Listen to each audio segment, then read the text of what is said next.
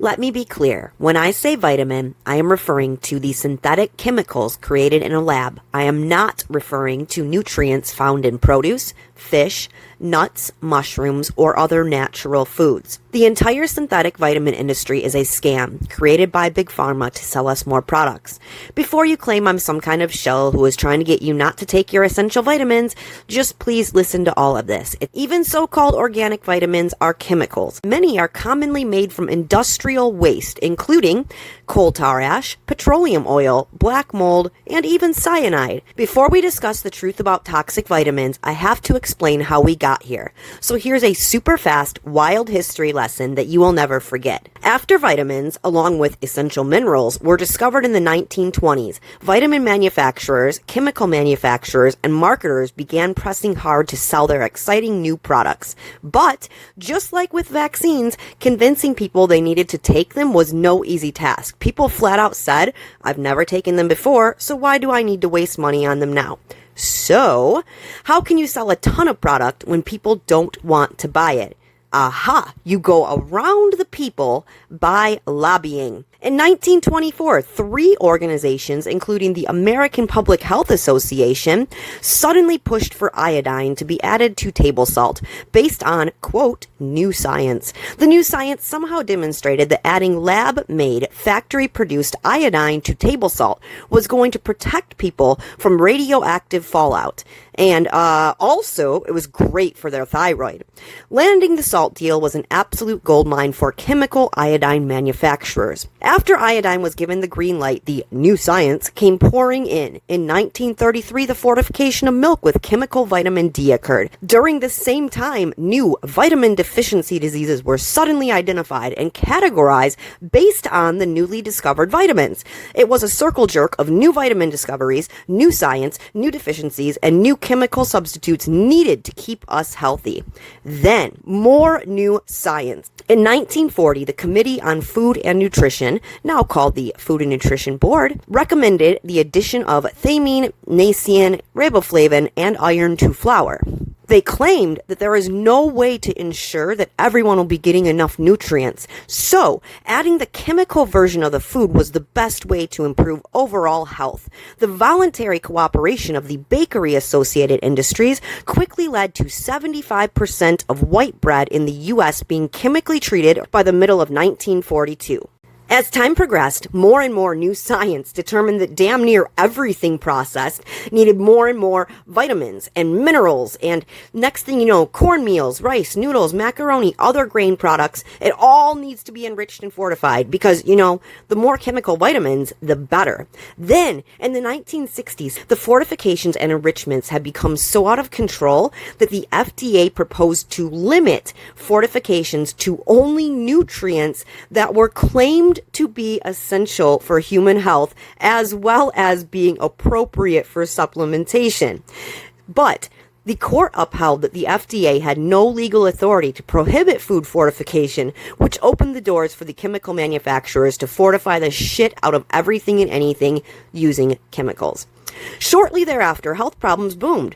So did the chemical manufacturers and marketers' businesses. During the same time, it was realized that literal waste can be dumped into food as well as the water supply. A byproduct is leftover waste that is a result from manufacturing something. In industrial settings, the byproduct waste is usually some kind of chemical that requires special disposal, which is very often expensive. To avoid paying for disposal, companies have swindled the government agencies to give them the green light to mix their toxic waste into everything from water to food to body care and more. Here's a short list of known byproducts. Fluoride is a toxic byproduct from the phosphate mining industry. It's harvested from smokestacks and dumped into the water supply to strengthen your teeth. Artificial sweetener is a furnace byproduct from the zinc smelting industry. Sulfate of soda, also known as sodium sulfate, is the byproduct of electrolytic nickel and cobalt. It is used as the largest filler agent in powdered laundry detergent. Sulfuric acid is generated by burning sulfur in petroleum refineries, as well as metal smelting. Sulfuric acid is commonly used in the production of food. Coal fly ash is a byproduct from the energy industry, and it is discarded in cement mix, as well as sprayed in the sky to block the sun. Manganese sulfate is an industrial byproduct that began being used in foods, fertilizers, insecticides, pesticides, and more. It is also FDA approved as a salt substitute. Yellow prussate of soda is actual cyanide, typically made from used coal gas purifier iron oxide. It is repurposed as salt substitutes, table salt, sea salt, water conditioners, animal feed, de-icing products, and more.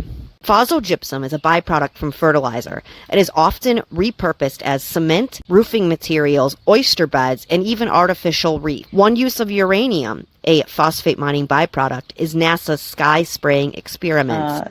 NASA is very proudly using depleted uranium in chemtrails. Bauxite refineries produce alumina, also known as aluminum oxide. What people don't realize is the waste is also dumped into cosmetics and body care. It is often called alumina on the label. On EWG.org, in the section titled Sources of Water Pollution, they clearly state that there are currently over 600 disinfection byproducts in treated drinking water, some of the most common of which have been linked to DNA damage. I hope we can now agree that the majority of these companies selling us food, drinks, condiments, vaccines, medicines, vitamins, they don't care about our health, so it shouldn't be too much of a shocker to discover the true history of the vitamin industry.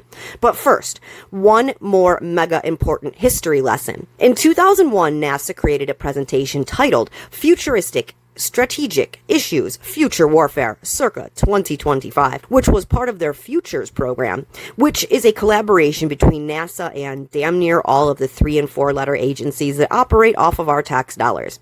This entire presentation is absolutely terrifying. It starts out by accusing the American people of plundering the ship's assets. Psst, useless eaters. The slideshow then goes on to explain, essentially, people must die. It then outlines the best ways to make this happen.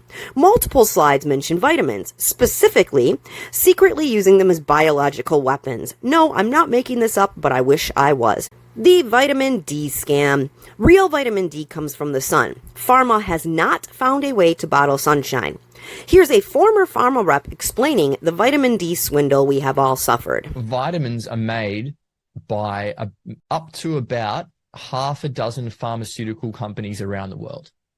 So there's about 6 companies that make this stuff in a lab synthetically. And then they have like these big 44-gallon drums of vitamin C or vitamin D.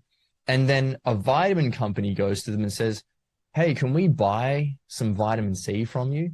They're like, sure. How many 44-gallon drums do you want? Like, oh, we'll take 6.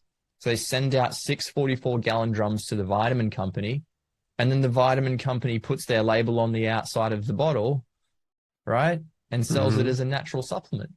Yet these things are all being made by pharmaceutical companies. On one hand, like making the drugs, and yet on the other hand, they're also making the vitamin, but people are under this assumption that, oh, the vitamins are good for me. I better stay away from those sucky pharmaceutical drugs. It's coming from the same people are giving you both of the things. Yeah, I call it big pharma light, really, the supplement industry. It really is big pharma light. Yeah, man, the whole vitamin D thing is an absolute sham. But let's go back even further. Vitamin D in general was discovered not that long ago, and shortly thereafter, in 1928, it was realized there is a huge market in selling vitamins. This is when shoddy trials, rigged data, and behind-the-scenes payoffs began. The Evil Alliance was able to change medical standards by rewriting the appropriate levels of vitamin D. The new appropriate levels were so high that as soon as they were published, 60 to 80% of all Americans instantly became vitamin D deficient. Meanwhile, the real doctors over at the National Academy of Health realized the report was fraud, and they began telling other doctors there is no vitamin D deficiency epidemic, and that all the extra testing and supplementation isn't based on real science and it's not warranted. But as usual, real doctors were completely ignored, and instead, the talking heads, such as Oprah, were pushed. In the 2000s, big pharma companies such as Pfizer began buying up all the vitamin manufacturers. As soon as they purchased these companies, the need for vitamin D supplements for health was drilled into our brains. Despite over 80 years of chemical vitamin D fortification, in addition to vitamin D being the most popularly purchased supplement, 92% of the U.S. population is deficient in vitamins. And guess what the solution is? The solution is to drink more milk and buy more vitamin D. pills, chemicals, gotta fortify those bones. Well, before you do that, I want you to listen to this very carefully. This was recommended to me by my own doctor. Ran a vitamin D test on me, told me I was low, told me to get this. So I saw a video the other day saying that this is poisonous. So I decided that seems absurd. I wanted to take a look for myself. So we are going to look up this chemical name. You go to Google and you type in that chemical name. You will find out, oh, it's D3. It's great. It's a sun substitute. But then if you type specifically in the chemical name and MSDS, which means Manufacturer's Safety Data Sheet, Fisher Scientific is one of the biggest chemical makers. So we're going to take a look at it here. You'll see product name, vitamin D3. And then it says recommended use, laboratory chemical. Uses advised against food, drug, pesticide, or biocidal use. If we scroll down here, hazard identification, acute oral toxicity, category 2, dermal toxicity, inhalation toxicity, target organ toxicity with repeated exposure, category 1. The organs it targets are kidneys and bones. Fatal if swallowed, in contact with skin, or inhaled. Causes damage to organs through prolonged or repeated exposure.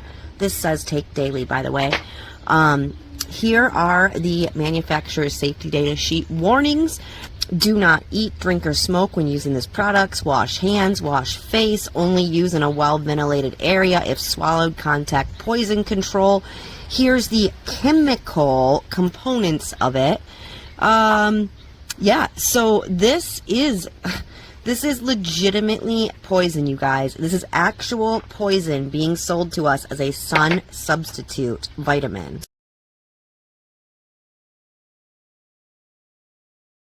So not only does the MSDS state it is indeed toxic, especially if consumed on a repeated basis, but it is also literally used as poison. I often hear people say things like, well, too much of anything can kill you, just don't take too much. Even too much water can kill you. Vitamin D toxicity levels, according to the Mayo Clinic. Toxic level, 60,000. Right now, you can buy 50,000 at any drugstore or even Amazon. Harvard puts the maximum dose at only 4,000. So the idea that oh my gosh, just don't take too much, that's completely ridiculous.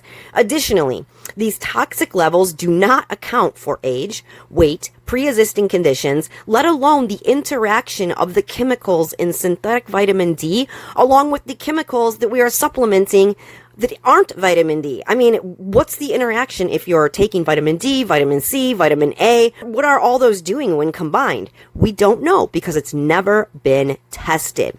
Did you know that even margarine is fortified with synthetic vitamins A and D? If not, then how is it possible to avoid the toxic levels? The vitamin C scam. Real vitamin C comes from citrus and greens. Synthetic vitamin C is an even crazier story than vitamin D. Vitamin C is in everything. Does it do any good? That is the question. Where did we get this vitamin C craziness? Can be traced back to one man. And that is actually a very brilliant scientist. His name is Linus Pauling. 1931. He was born in 1901. So this was when he was only 30 years old. He sent a paper to Journal of American Chemical Society. The editor of the journal did not find any suitable person to review it. He said, I can't find any expert who can really decipher what is going on in this paper. And even Albert Einstein shrugged his shoulders and said, it's too complicated for me. Now he got a letter from Dr. Irwin Stone. I'm writing doctor in quotes because this was an honorary PhD degree from kind of a dubious university, though not really a doctor. And Dr. Irwin Stone, wrote a letter to Linus Pauling and said, oh, if you take 3,000 milligrams of vitamin C every day, you will live for 25 years and more. He started taking it and soon became a huge believer. He published many books about how vitamin C is good for common cold, the flu. Now he was saying it is good for Spanish flu also. And later on, cancer and vitamin C. So many physicians and doctors kept getting requests by their patients to prescribe them more and more vitamin C. So to summarize, we are all obsessed with chemical vitamin C because a non-doctor with an honorary degree told an award winner that consuming vitamin C would add 25 years to his life. And then it was written, and then it was repeated, and then it became fact. Did you know that nearly all synthetic vitamin C is imported from China? And did you know that in order to label a vitamin natural, it only needs to contain 10% natural ingredients? Do you know why Emergent C is so popular? Because it's owned by Pfizer. The vitamin B scam. Vitamin B is naturally present in a vast array of unprocessed foods such as meat, other proteins, dairy, cereals, fruits, vegetables. Synthetic vitamin B12 is literally made from poison. The common form of B12 in the world is entirely synthetic. We make it from hydrogen cyanide. It's called cyanocobalamin. It's a cyanide-based B12. I mean, it's hard to believe that we're allowed to make vitamins out of hydrogen cyanide in this country, but we are. Flintstone vitamins have cyanocobalamin. So do Airborne. So do Celsius energy drinks. Emergent C has cyanocobalamin, cyanide-based B12. So when you put this form of B12 into the body, it drops off the cobalt metal, the cobalamin, right, which is B12 is a metal, a light metal. It drops off the metal into the cell, and then you're left with a floating cyanide molecule. Now, the body doesn't recognize that. So in order for cyanide to leave the system, it binds to oxygen and other light metals and takes them out of the system. It's a thief. To keep this video short, let me close with this. Unfortunately, all of these trusted internet doctors seem to parrot the exact same talking points. Vitamins are the key to a long life, which we all agree. But what they're failing to mention to you is chemicals are never the key to a long life. I have yet to find a good, healthy chemical, period. But doctors can't make money selling you broccoli on the internet, so instead they sell you synthetics. The ants go marching one by one, hurrah, hurrah. The ants go marching one by one, hurrah, hurrah.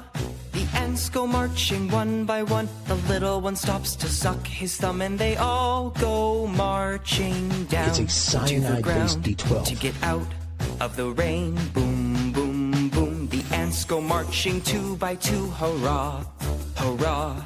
The ants go marching two by two, hurrah, hurrah. This is actual The ants go poison. marching two by two. The little one stops to tie his shoe, and they all go marching down to the ground to get out of the rain. Boom, boom, boom. The ants go marching three by three, hurrah, hurrah.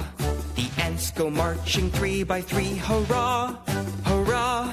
The ants go marching three by three.